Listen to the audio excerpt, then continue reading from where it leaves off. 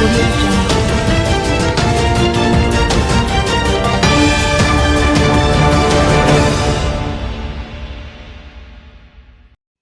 Spanish Town Hospital probing circumstances surrounding death of 14-year-old girl who died after giving birth at the facility. Family members of a 14-year-old girl who died at the Spanish Town Hospital reportedly after giving birth are demanding answers from the facility regarding the circumstances of her death. The teen reportedly passed away on Tuesday morning after developing complications during her delivery. The girl's mother believed her daughter would still be alive if she was allowed to deliver the child via C-section. A group of the teen's family members and friends converged at the entrance to the hospital, voicing their concerns regarding her death. Meantime, the hospital's chief executive officer, Jacqueline Ellis, told reporters that she and the hospital's patient affairs management met with the girl's mother. She said the hospital's clinical team also met with the mother. Ms. Ellis said the hospital is saddened by the unfortunate situation that occurred after the patient developed complications from the birthing process. As it relates to the allegation that the teen's death was linked to shortage of medical staff, the CEO noted that there were 27 consultants covering the facility, so the strike would not have impacted the patient. She assured that a thorough investigation into the circumstances surrounding the tragic death is underway. Ms. Ellis added that the organization is providing full support and assistance to the affected family during this difficult time. PNP urges Prime Minister Holness to relinquish oversight of government entities dealing with real estate. The parliamentary opposition is calling for Prime Minister Andrew Holness to give up ministerial oversight of critical government agencies dealing with real estate amid conflict of interest concerns.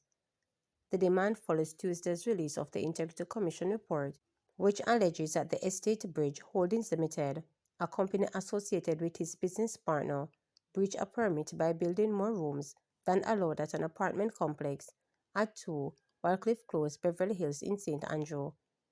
The Prime Minister must divest himself of ministerial portfolio responsible for all government entities, departments and agencies which have the potential to interface with his private investment companies and their business activities, the opposition People's National Party said in a statement on Friday.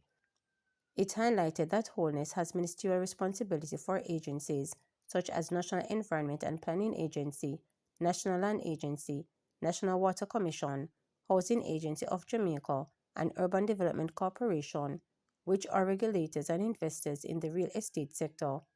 His business partner and one of the Estate Bridge's principals, Norman Brown, is the chairman of the UDC and the HAG.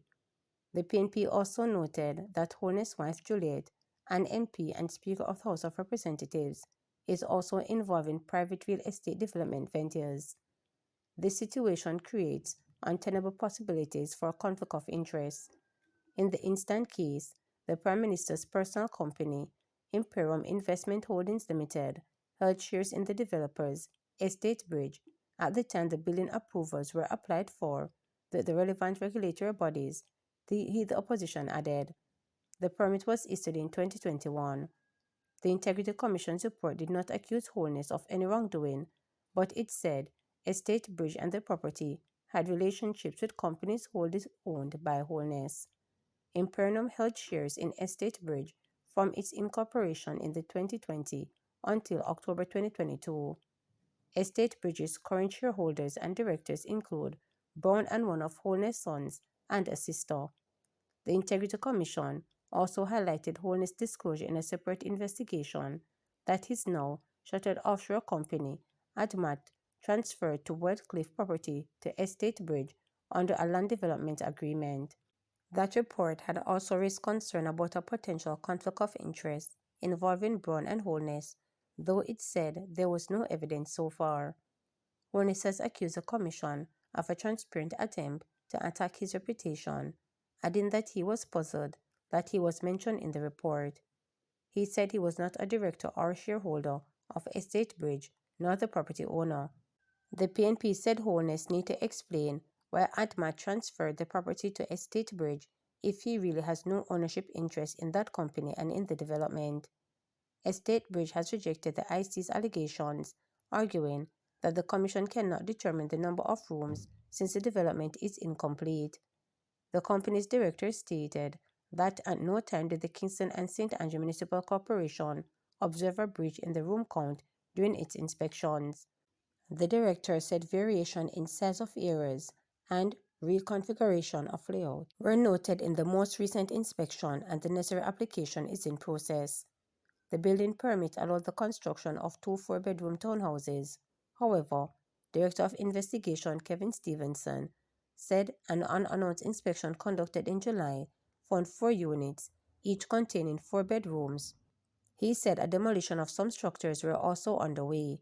Stevenson said the number of bedrooms found was the same figure that Brown gave in December 2023 before any investigation started. The businessman had also said the development was 75% complete. However, in an interview with the IC in October 2024, Brown said he made the statement without legal advice and he meant that each townhouse would consist of 4 habitable rooms, which would include 2 bedrooms. Kingston Mayor and KSAMC Chairman has demanded a report from the KSAMC technical officials on the matter. He is a member of the PNP, which took control of the corporation in February. The investigations by the KSAMC should be allowed to proceed to their conclusion, as recommended by the Integrity Commission, free of political interference or pressure from the government, the PNP noted. Bureau of Standards reactivates Aggregates Technical Committee to support national road repair effort. The Bureau of Standards Jamaica (BSJ) has reactivated its Aggregates Technical Committee in response to growing concern about the condition of roads across the country. The announcement also follows the recent declaration of the situation as a national emergency by the Prime Minister on Your Holness. In a release, the BSJ said the move is part of its commitment to ensuring the quality and durability of the materials used for road construction and repair. Aggregates, a critical component in road building, are governed by standards established by the Bureau to maintain consistency, performance, and safety. The BSJ, leaders of the National Standards Development Process, has the only aggregate lab in Jamaica that has been accredited to the internationally recognized ISO 17025 standard for testing aggregates. The reactivated committee will hold its initial meeting on January 9 next year via Zoom. During this meeting, members and interested parties will review the existing standards of aggregates and determine whether revisions or entirely new standards are necessary to address the current and future needs of road infrastructure projects. There are at least 12 local standards that address aggregates and methods for sampling and testing of mineral aggregates, sand, and fillers. Additionally, the Technical Committee will consider areas of road design and construction, road paving materials, and civil engineering. This effort aligns with the Prime Minister's recent announcement of funds to be allocated for road repairs across the country. The BSJ added that it recognizes the importance of ensuring that materials and methods used in these initiatives meet stringent quality benchmarks to improve the long-term resilience of the country's road network. Remember to subscribe, like, share, and click the notification bell for daily updates.